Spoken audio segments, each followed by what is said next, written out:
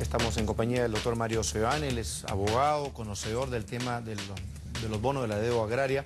Ustedes saben que el MEF ha reglamentado esta opción, una supuesta opción menos costosa para el pago de los bonos agrarios, que serán redimidos en un plazo de 5 años. Bueno, el doctor Seoane tiene varias observaciones importantes respecto a esta reglamentación, si esta es equitativa, si cumple con el cometido luego del fallo que dispusiera el Tribunal Constitucional. Mario, ¿cómo estás? Buenas tardes, un gusto que estés con nosotros. Mario. Cuéntanos, ¿cuál es tu apreciación sobre esta decisión? Bueno, una apreciación general de todo este proceso, ¿no? Tiene que ver con que finalmente el Tribunal Constitucional estableció una reglamentación o una resolución que reconoce que el pago de la deuda agraria se encontraba en una situación de morosidad. Y reconoce la obligación del Estado de honrarla finalmente. Claro. Antes de esta resolución, si tú solicitabas al Ministerio de Economía el pago de la deuda, te decían o que había prescrito, o que era inviable el pago, o que no estaba registrada. Entonces, de alguna manera esta resolución ya termina con una serie de medidas que el Ministerio de Economía había establecido para defender la posición de no pagarla. Correcto. Y al final la idea es que esta deuda finalmente tiene que honrarse. Ok. Ahora, eso es positivo. Eso es positivo. Ahora, lo que yo creo que tiene que reajustarse es un poco el criterio del tribunal de reducir el monto del justiprecio de una expropiación. Si un Estado te expropia, tiene, digamos, la atribución de poder apropiarse de un bien, de un tercero, pero así como tiene esa atribución, tiene también la obligación de pagar el valor real de ese bien. Y en ningún artículo de la Constitución el Estado tiene la facultad de poder reducir el monto del justiprecio. Pero ahí viene el problema, porque ese concepto de valor real, Así es. ¿cómo se debe entender? ¿Valor comercial traído a valor presente, valor actualizado?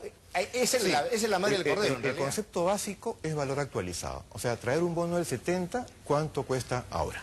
¿No? Ese es el concepto. Ahora, ¿cómo se actualizan los valores? Ahí viene el otro problema.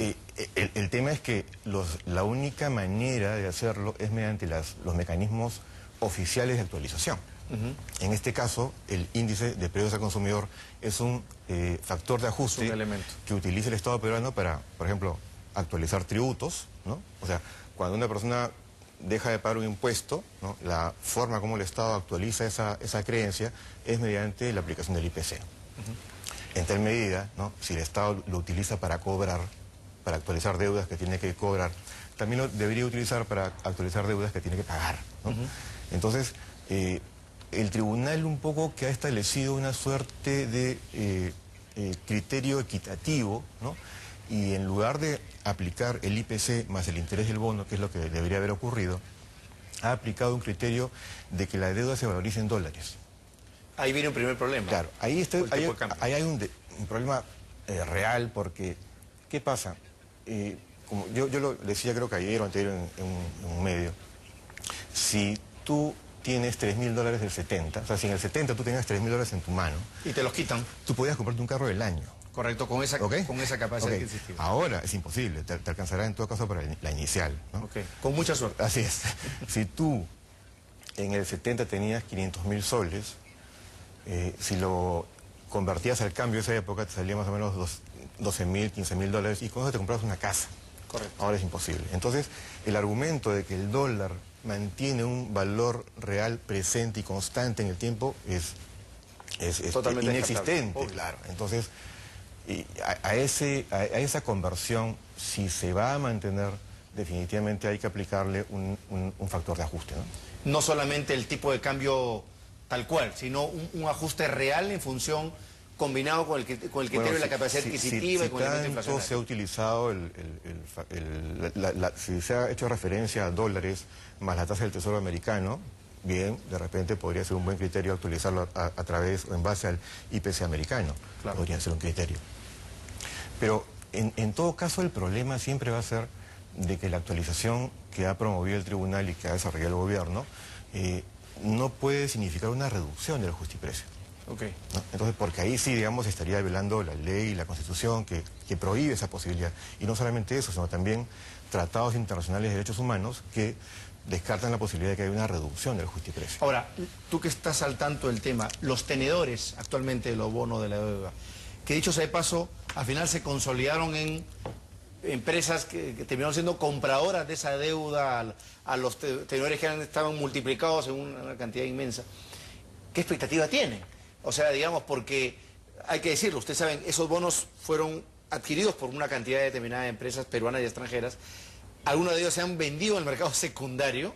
Entonces, el tenedor actual puede ser el tercero o cuarto que ha recibido esos papeles en Sí. Entonces, para efectos digamos, de la equidad, ahora que está de moda nuevamente hablar del término de equidad, ¿qué sería el valor adecuado? ¿Cuál sería el valor adecuado? Mira, hay un primer elemento con respecto a tu pregunta. El gobierno militar, ¿no?, cuando ejecuta las expropiaciones, promueve un mercado de bonos. Así es. Porque le interesaba que estos bonos puedan insertarse en el mercado financiero y tener un valor que de alguna manera pueda también favorecer a los expropiados, ¿no? Claro. Y se dictaron varios dispositivos, ¿no?, en armonía con esa libre venta de los bonos. O sea, en el año 78 se dictó una ley que decía que la venta de bonos de la reforma agraria es libre. Correcto. Entonces, el tema es que, bueno, existe un mercado o ha existido un mercado de venta de bonos. Yo creo que los tenedores que no son los originales, ¿no?, deben alcanzar más o menos un 15% del paquete total de la deuda. Yo creo que hay una gran mayoría de tenedores de bonos que son los tenedores originales o los herederos, los sucesores de estas personas. Ahora, ¿qué es lo que esperan? Yo creo que el camino finalmente es que estas personas puedan finalmente obtener el reconocimiento de su derecho y finalmente el pago de la deuda. Lo que yo veo en el reglamento que ha dictado el gobierno el 18 de enero es que el gobierno, yo creo que todavía no se ha quitado esa actitud radical que tenía con respecto a los bonistas, ¿no? Y ha hecho un reglamento que yo creo que, algunos pueden decir que es muy malo, pero yo creo que hay que reajustarlo. Tratarlos como especuladores, para decirlo directamente, ¿no? De verlos como una actitud especuladora. No, yo me refiero en todo caso al término general con el cual el reglamento trata el procedimiento de pago, ¿no? Entonces, claro, el término de especulación no es un término feliz porque finalmente el gobierno promovió la especulación. Así es. ¿no? Entonces, Así es. Y no solamente promovió, sino dictó normas. Entonces yo creo que no sería equitativo que el gobierno diga, bueno, hay libre venta, y después diga, bueno, tú eres especulador. Obvio, pues, es un contrasentido. Así es. Entonces, eso por un lado. Por el otro lado, hay varios temas del propio reglamento que creo que definitivamente tienen que ajustarse porque el tema de la pericia grafotécnica, por ejemplo, de los bonos, ¿no?, yo creo que en primer lugar debería haber una autenticación del derecho en relación a los registros internos que tiene el Ministerio de Economía y el Ministerio de Agricultura respecto a estos bonos. Correcto.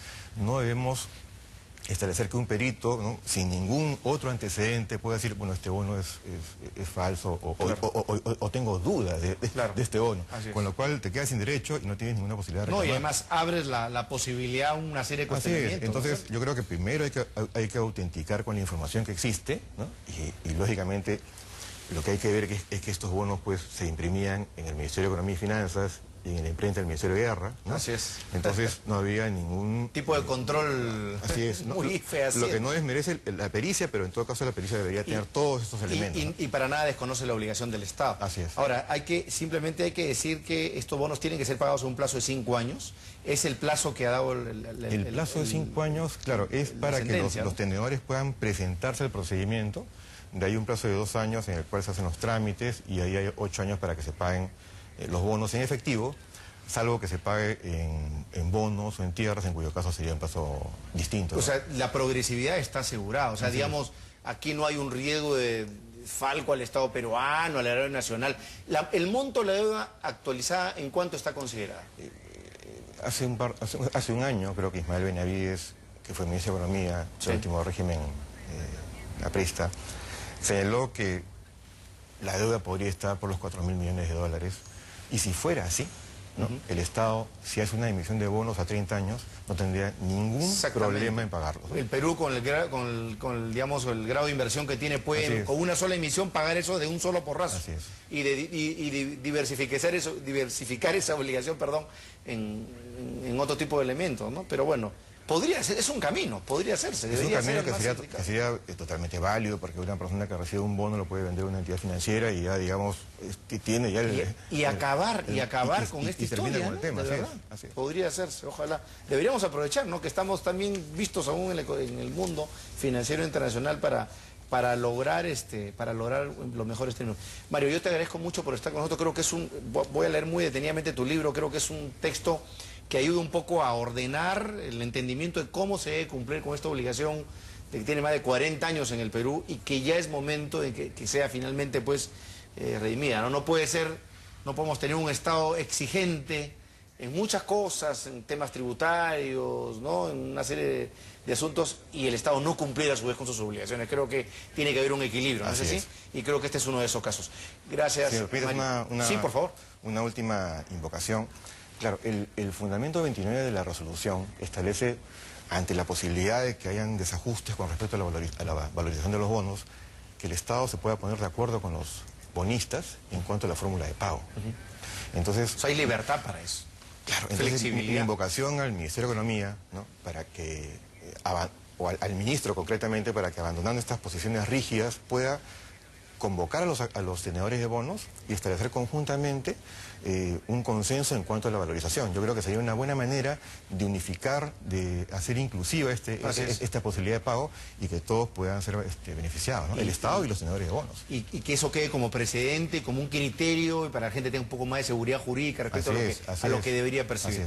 Gracias, Mario, por estar con nosotros. A tus órdenes. Ya analizaremos otros temas más adelante. Perfecto. Pausa y venimos con nuestro segundo entrevistado.